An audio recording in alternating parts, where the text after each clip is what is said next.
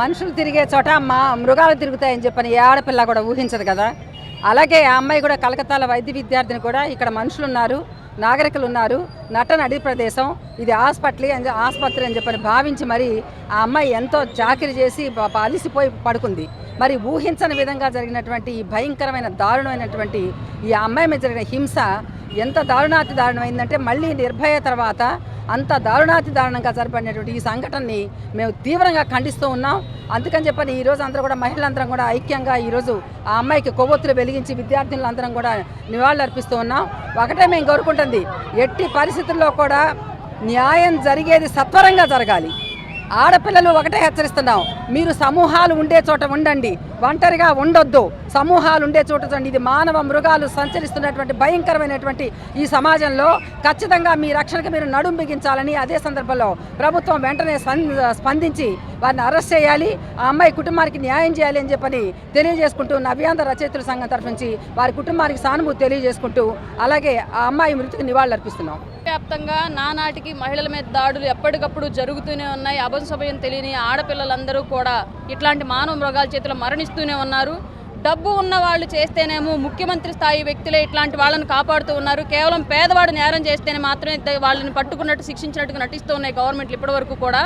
ఎన్నో ఏళ్ళు పోరాటం తర్వాత మహిళలు వాళ్ళ సమాజంలోకి వచ్చి డాక్టర్లు గాను, టీచర్లు గాను, లాయర్లు గాను వివిధ పదవుల్లో ఎన్నో ఆటంకాలను అడ్డుకొని వాటన్నింటిని దాటుకుని వాళ్ళు బయటకు వస్తున్నారు. ఇట్లాంటి మానవ మృగాలు మహిళల్ని కేవలం స్త్రీ జాతి జననాంగంతో పుట్టడమే ఆడజాతి చేసుకున్న తప్ప, అట్లాంటిది అదే తప్పే కనుక అయితే దేవుడు అట్లా ఎందుకు చేశాడు? ఇవాళ ఈ మానవ మృగాలకు జన్మించింది కూడా మేమే. రానున్న రోజుల్లో చూస్తూ ఉంటే ఇట్లాగే ప్రభుత్వాలు కనుక సరైన చర్యలు తీసుకోకపోతే ఆడజాతి అంతరించిపోయి ప్రపంచం అంతరించిపోయే రోజులు దగ్గరలోనే ఉన్నాయి. అలాగే ప్రతి ఒక్కరు కూడా తల్లిదండ్రులు కూడా ఈ విషయం మీద పూర్తిగా అవగాహన కలిగి ఆడపిల్లల్ని ఆంక్షలతో పెంచడం కాదు, మగపిల్లలకి మంచి చెప్పి పెంచండి. మీ మగపిల్లలు మృగాల్లా తయారవుతున్నారా, మానవత్వంతో మూర్తిపించే వాళ్ళలాగా ఎదుగుతున్నారా అన్నది ప్రతి తల్లిదండ్రి ఎన్ని చట్టాలు వచ్చినా సరే తల్లిదండ్రులు కనుక తమ పిల్లలను కంట్రోల్లో పెంచకపోతే, ఆడపిల్ల అంటే నీ ఇంట్లో పిల్లైనా బయట పిల్లైనా ఒకటే, నీ తోబుట్టువు, నీ తల్లి, నీ చెల్లి అని చెప్పి ప్రతి తల్లిదండ్రి మగపిల్లవాడికి చెప్పి పెంచకపోతే మాత్రం రానున్న రోజుల్లో ఇలాంటి మానవ మృగాలకు మహిళలు ఎక్కడ చూసినా సరే ఏ స్థాయిలో ఉన్నా సరే బలవాల్సిన పరిస్థితి అయితే రాబోతుంది. ఇది మానవ జాతి మనుగడకే ముప్పుగా పరిణమించే రోజులు కాబట్టి ప్రతి ఒక్కళ్ళు దీని మీద పెద్ద ఎత్తున అవేర్నెస్ ప్రోగ్రామ్ తీసుకొచ్చి ఎప్పుడో 70 ఏళ్ల క్రితం ప్రతిజ్ఞ స్టార్ట్ చేశారు. భారతదేశం నా మాతృభూమి, భారతీయులందరూ నా సహోదరులని. ఇవాళ ఆ ప్రతిజ్ఞను మార్చాల్సిన పరిస్థితి భారతదేశంలో ఏర్పడేలా ఉంది. ప్రతి మహిళ నా సోదరి అని చెప్పి చెప్పుకోవాల్సిన పరిస్థితిని వాళ్ళ రాష్ట్రంలో కానీ దేశంలో కానీ కల్పించారు మగజాతి మొత్తం కూడా. చాలా వరకు ప్రతి చోట కూడా పశువు అని పసిపిల్లని కూడా చూడట్లేదు. ప్రతి చోట కూడా మహిళలకు అన్ని చోట్ల అవమానం జరుగుతుంది, దాడులు జరుగుతున్నాయి. కాబట్టి ఈ విషయం మీద ప్రభుత్వాలు పెద్ద ఎత్తున దృష్టి పెట్టి చట్టాల్లో మార్పులు తేవాలి. అలాగే సమాజంలో కూడా తల్లిదండ్రుల్లో మార్పు రావాలి. ఆడబిడ్డకు పెట్టే ఆంక్షలు కాదు, మగబిడ్డకు ఆంక్షలు పెట్టాల్సిన రోజులు ఈరోజు వచ్చాయి. కాబట్టి ఈ డ్రగ్స్ నుంచి, గంజాయి నుంచి, ఈ దాడుల నుంచి ఆడబిడ్డలను కాపాడాల్సిన బాధ్యత పెద్ద ఎత్తున ప్రభుత్వాలు తల్లిదండ్రులు తీసుకొని సమాజంలో ముందుకెళ్లాలని చెప్పేసి ఈ సందర్భంగా కోరుకుంటూ, ఎవరైతే అమానవీయంగా ఒక డాక్టర్ని, ఎంతోమంది ప్రాణాలను కాపాడే డాక్టర్కి ఇవాళ ప్రాణాలు తీసేశారు, ఆ మానవ మృగాన్ని కాపాడుతుంది ఒక మహిళా ముఖ్యమంత్రి అని, అలాగే ఆవిడే ఆ స్టేట్కి హోమ్ మినిస్టర్ కూడాను. అట్లాంటి వాళ్ళందరూ కూడా రియలైజ్ అయ్యి మహిళలను రక్షించాల్సిన బాధ్యత వాళ్ళ దేశానికి ఉంది. వీటంతటి పెద్ద ఎత్తున రాజకీయాలకు అతీతంగా మహిళా భద్రతకి ప్రాధాన్యత ఇస్తూ ముందుకు తీసుకెళ్లాలని చెప్పేసి మేము కోరుతున్నాం. డాక్టర్ మౌమిత గారి ఆత్మ శాంతించాలి, ఆవిడని చంపిన వాళ్ళందరూ శిక్షించబడాలి, ఏ స్థాయి వాళ్ళైనా సరే మేము జనసేన పార్టీ తరఫున డిమాండ్ చేస్తున్నాం. ఎన్డీఏ కూటమి తరఫు నుంచి కూడా పెద్ద ఎత్తున వాళ్ళ దీన్ని కేంద్రం వైపుకి వినిపించేలాగా, ఢిల్లీ వరకు మా వాయిస్ వెళ్లేలాగా మాత్రం ఈ ఉద్యమాన్ని ముందుకు తీసుకెళ్తాం. మనుషులు తిరిగే చోట ధైర్యంగా ఉన్నాం కదా అని ఒక ఆడపిల్ల తను చదువుతున్న కాలేజీలో తను స్వేచ్ఛగా ఉన్న టైంలో ఇలా ఒక నరరూప రాక్షసులు మనము ఒక యూట్యూబ్లో అలా చూస్తుంటేనే చూస్తున్నాం. క్రూర మృగాలు, పులులు, సింహాలు లాంటి జంతువులే చిన్న పిల్లలు అయితే లేడి పిల్లలు వాటిని హక్కును చేర్చుకుంటున్నాయి. ఎన్నో చూస్తున్నాం. అలాంటివి చూస్తూ కూడా ఈ మనుషులు మృగాల్లాగా ఎందుకు ప్రవర్తిస్తున్నారో తెలియదు.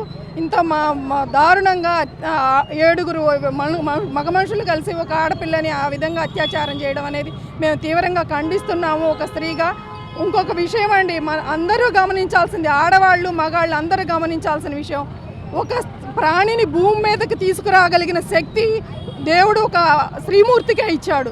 అలాంటి శ్రీమూర్తుల మీద వయసుతో తారతమ్యం లేకుండా, పసిపిల్లలను లేకుండా, వృద్ధాపిల్లలు లేకుండా ఇంత దారుణంగా ఏంటండి? తల్లిదండ్రులు కొంచెం మంచి చెడు చెప్పి పెంచండి పిల్లల్ని. అలాగే ఒక సీఎం, మహిళా సీఎంగా ఉన్న రాష్ట్రంలో, ఒక మహిళా హోంమంత్రిగా ఉన్న రాష్ట్రంలో ఇలాంటి అమానుష చర్య జరగడాన్ని మేము బీజేపీ పార్టీ నుంచి తీవ్రంగా ఖండిస్తున్నాము. ఆ పాప ఆత్మకి శాంతి కలగాలని, అలాగే వాళ్ళ తల్లిదండ్రులకి మనోధైర్యాన్ని ఇవ్వాలని ఆ దేవుణ్ణి కోరుకుంటూ ఈ విషయాన్ని జిళ్ళిముడి రమాదేవి అండి.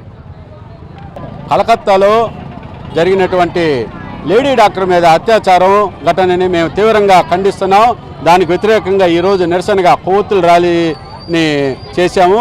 విద్యార్థులతో కాలేజీ రామారావు గారి సహకారంతో, సుధాకర్ బాబు మిత్రుల సహకారంతో ఈరోజు కొవ్వొత్తుల ర్యాలీ చేశాము. ఎన్డీఏ కూటమిలో భాగస్వాములైనటువంటి బీజేపీ నుంచి రమాదేవి గారు, టీడీపీ నుంచి తెల్ల అరుణ గారు, జనసేన నుంచి రాయపాటి అరుణ గారు వచ్చేశారు. వారి ఈ ఎన్డీఏ కూటమి ఆధ్వర్యంలో ఈరోజు లేడీ డాక్టర్ అత్యాచారానికి వ్యతిరేకంగా ఇటు కొవ్వొత్తుల ర్యాలీ చేశాము. బెంగాల్ ముఖ్యమంత్రి లేడీ అయి కూడా ఈ లేడీ తోటి వయసు మహిళ అయినా కూడా కూతురుతో సమానమైన డాక్టర్ మీద దాడి చేస్తే ఈ రోజుకి స్పందించకుండా నేరస్తుల మీద కఠిన చర్య తీసుకోకపోవటం చాలా శోచనీయము. దీన్ని తీవ్రంగా ఖండిస్తున్నాము. భారతదేశంలో చట్టాలు మారాలి. కోర్టులు చట్టాలు కాదు. ఇటువంటి అఘాయిత్యాలు చేసినప్పుడు, ఇటువంటి ఘోరాలు జరిగినప్పుడు వెంటనే శిక్షించడానికి 1-2 రోజుల్లోనే చర్యలు తీసుకునే విధంగా దుబాయ్ లాంటి గల్ఫ్ కంట్రీస్ లాంటి చట్టాలు మన భారతదేశంలో ఇంప్లిమెంట్ చేసిన రోజునే ఇటువంటి అత్యాచారాలు ఆగుతాయని నేను తెలియజేస్తా ఉన్నాను.